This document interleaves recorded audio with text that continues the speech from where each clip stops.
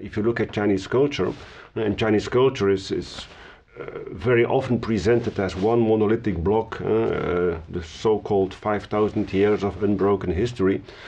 But if you look at this 5,000 years of unbroken history, it's basically one scattered piece of culture, in the sense that many cultural traditions, religious traditions, philosophical traditions, and so on, have entered China from the beginning of the Common Era, roughly speaking, and have also changed Chinese culture, or have made Chinese culture what it is, basically a multi-cultural unity, one could say China is. And in this sense, when we now have this BRI initiative, this will also have very important cultural exchanges, both from China to the rest of the world, or from the rest of the world, and in first instance Central Asia, to China. So in that sense, I would say there is also a historical connection there. Well, it is connected in multiple ways. One of the ways in which it is connected is the philosophical religious content that you just mentioned. If you look at Chinese cultural history, Chinese cultural history is often presented as being a undivided, continuous development from, well, 5,000 years ago, as is said in China. But basically, if you look at this long history, it is a long history of intercultural contacts. And these intercultural contacts, obviously, given the geographical situation of China, were primarily coming from Central Asia.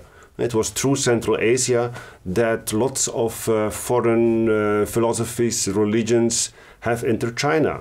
Buddhism, Islam, Nestorianism, later on different folds of the Christian faith have all entered China through Central Asia. And Chinese culture, on the other hand, has also very much influenced the peripheric regions, the adjacent regions of China. So there has always been a cultural exchange predominantly situated in the Central Asian region. So in that sense, one could say that this BRI, the Belt and Road Initiative, is getting back on these tracks or folding in the same folds of this historical intercultural exchange. Another field where you can see when you can make a comparison with the past is the political aspect, in the sense that through economic contexts, basically, when we speak about the Silk Roads, the Silk Roads were originally trade routes, but through these trade routes and through the economic collaboration that has developed between, again, in first instance, China and Central Asia, also political influences have been taking shape. And this, again, of course, if you look at BRI, will be an element that is very important there. And how far does indeed, as we see, economic exchange between China, Central Asia, and then further on to Europe, into Southeast Asia, and how far will that also now bring along some political involvements and some changes in geopolitics and global strategy and so on. So these are, I would say, eternal questions, and in that sense, the BRI is just a new phase in a globalization of the world, in which, of course, China is a very important partner.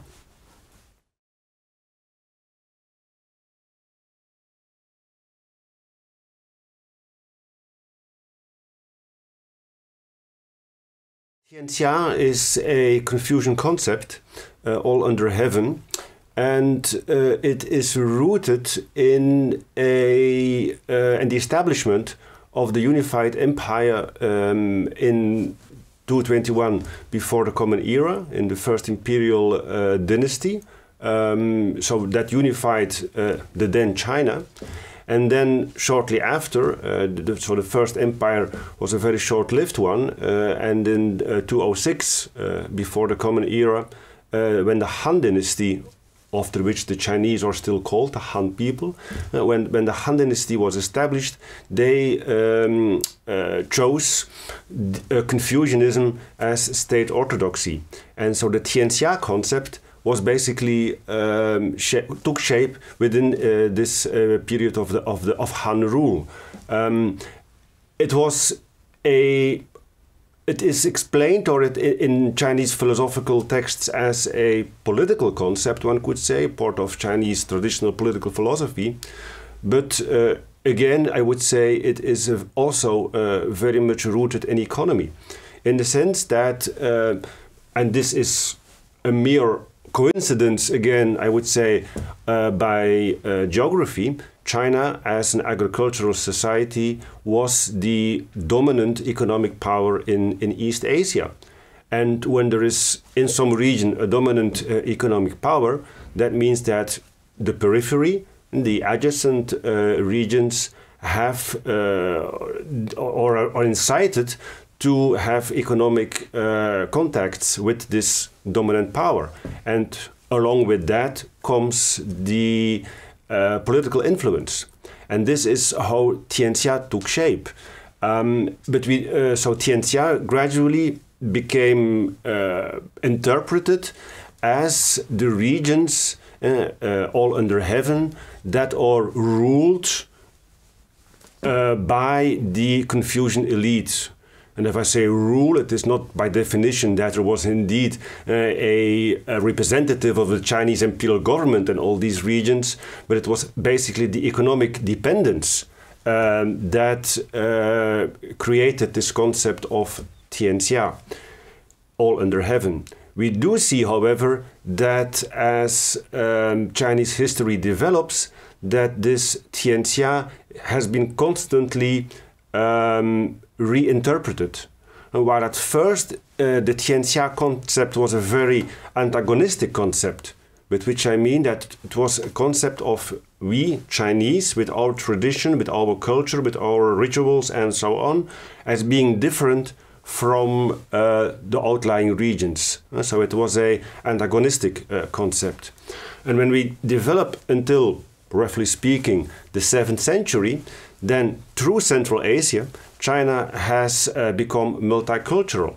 And we do see that the emperors of the famous Tang dynasty, and then we are in the 7th century, that these emperors reinterpreted this all under heaven concept from an antagonistic viewpoint to a viewpoint of what you could call a benign pluralism.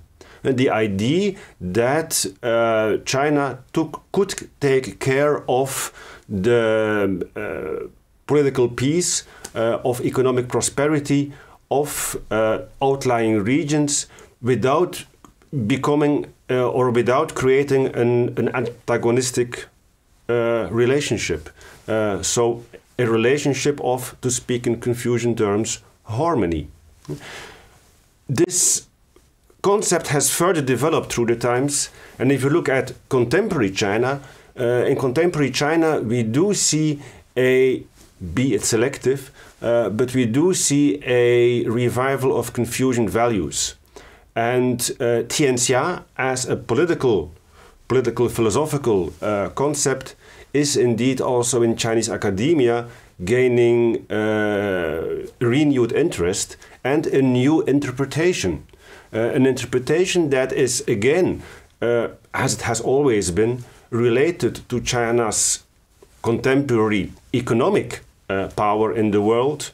Economic power in the world, of course, related to that, again, a growing political influence of China in organizations of global governance in the world at large. And so the Tianxia concept in one of the interpretations we're having now is that for instance, the state or the structure of the world in nation states is something of, well, the 19th century, has outlived itself, and that this nation-state idea is an idea that leads to conflict, that leads to interstate wars. So we should overcome that, and an alternative proposal we see, one of the proposals we see, is that we should now go to the Tianxia, or a reinterpretation of Tianxia, meaning that we should look at a way of, well, again, the other Confucian concept, harmony, looking at how it should not be that, for instance, the West is imposing its normative values as the sole normative values, as also a very important criterion for establishing multi or bilateral relations, that we should overcome that we should, in a Tianxia way, all under heaven, accept all visions of normativity in the world, and that China has its own normativity, and in this sense, for instance, one speaks about the Asian values, and that this is, in Chinese concept,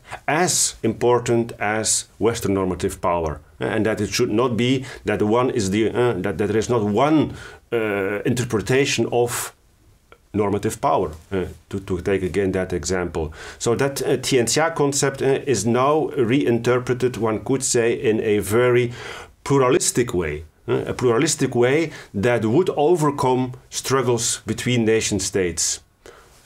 And how far, of course, this is feasible, this is desirable, these are other questions, of course, but it is one of the interpretations, new interpretations of Tianxia we see in Chinese academia now.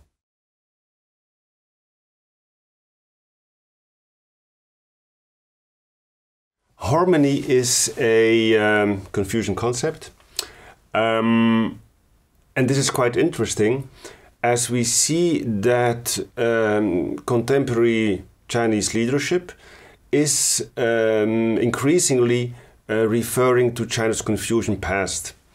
And we do see a very important shift here from, let's say, up to the 1990s, when the Chinese intellectual elite was quite easily, one could say, accepting European normative power. Europe was the model, and Europe was the model, let's say, since the middle of the 19th century. And we do see that in Chinese intellectual history, since the middle of the 19th century, there has been, or there have been many attempts to take over from the West what would be suitable for China.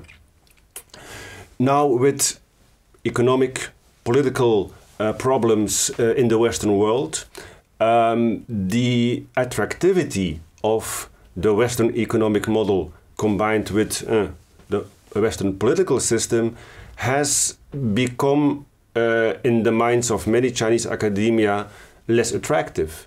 And they are therefore referring back to their own past, to their Confucian past. And that is where we see how concepts such as harmony, the harmonious world, and it's kind of an interesting concept because there is a global aspect to the term, the harmonious world, how that is reintroduced into Chinese political rhetorics nowadays.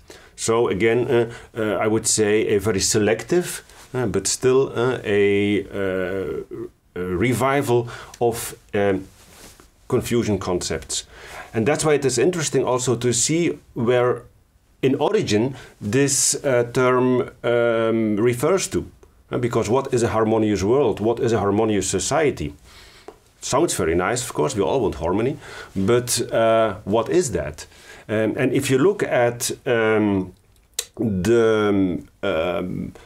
Confucian society as it was in imperial times, it was basically a society with a very strict hierarchical order, where harmony, and the Chinese for harmony is Ge. It is also the Ge that is part of the modern concept Geping, which is traditionally translated as peace. But is it really peace? Is it peace in the sense as in a Western concept we would see peace? Basically it is not. If you look at Ge, it is a very much social concept, not a political concept.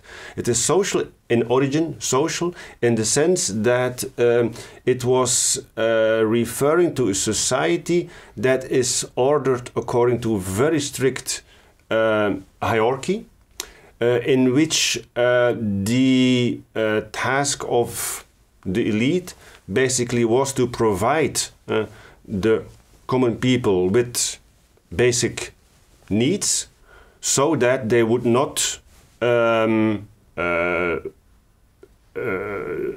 would not call into question leadership.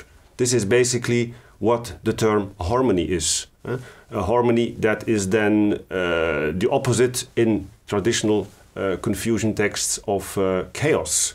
And chaos is when the population revolts against the leaders. So if you look at this concept and the renewal of the idea harmonious society and harmonious world, I would say it is important to analyze it in the sense of would that mean that indeed this new world order and the Chinese concept of the harmonious world, would that indeed be a hierarchical structure? Would that indeed be that not all nations are equal? And we do see, I do not say that every Chinese academic would agree with that, but you do see voices in which it is said that, well, you know, China is a big country and that is a fact. China is a big country and should indeed take care of, should be higher in the hierarchy of nation states than small countries. So, and this again is then interpreted well, but this should not be a problem because it is as within a big family. The older brother takes care of the younger brother. So what is wrong with that? Again, I do not say that every Chinese political thinker follows these lines, but it are views that you see appearing in Chinese academic literature as a, well, interpretation of what is a harmonious world.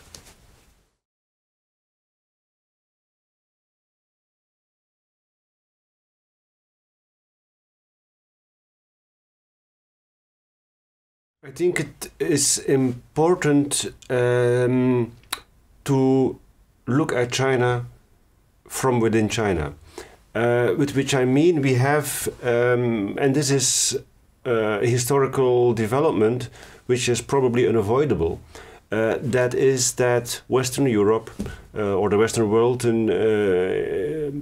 taken larger, that the West has since the middle of the 19th century been the dominant economic political power, and that from this perspective, that this is also the perspective from which we look at others in a still far too often very patronistic way. And we tend to forget that we are the other for China, that now China is the rising power, and that we should, in our relations with China, also take account of the way China perceives us. We are their others. And if we do not do that, this will lead to conflicts, much more easy.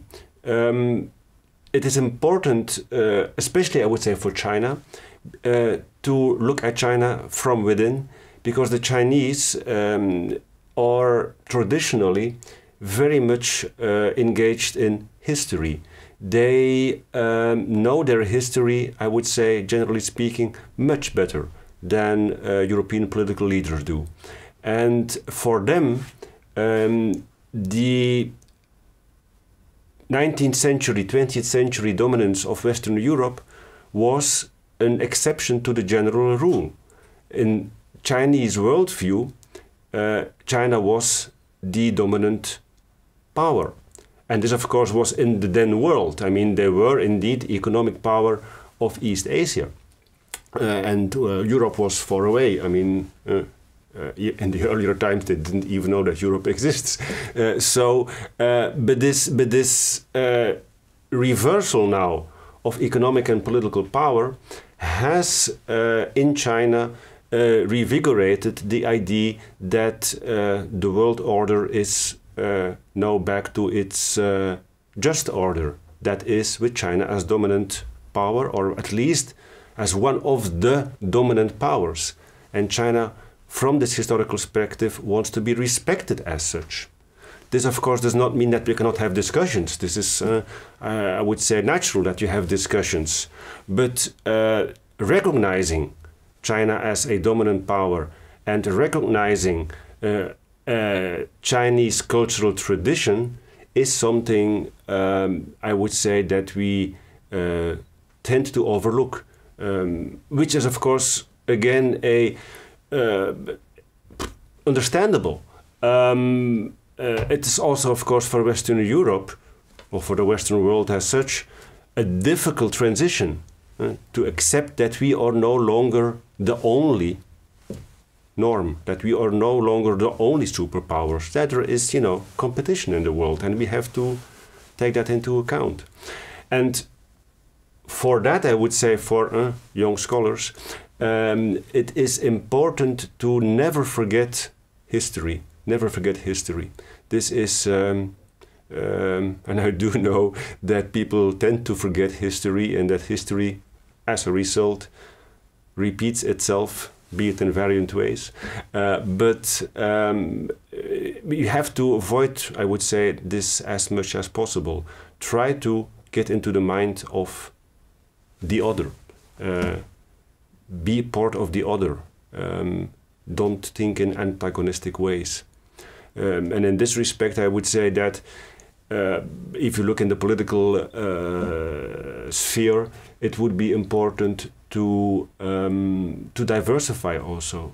There is more that binds us, or there is more that we have in common than that divides us. Look at the common ground, and from the common ground you can overcome the difficulties. It's a matter also of attitude.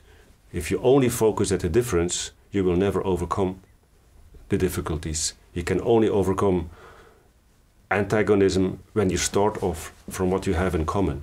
And I think this is important if you look at other cultures, other traditions, to keep in mind.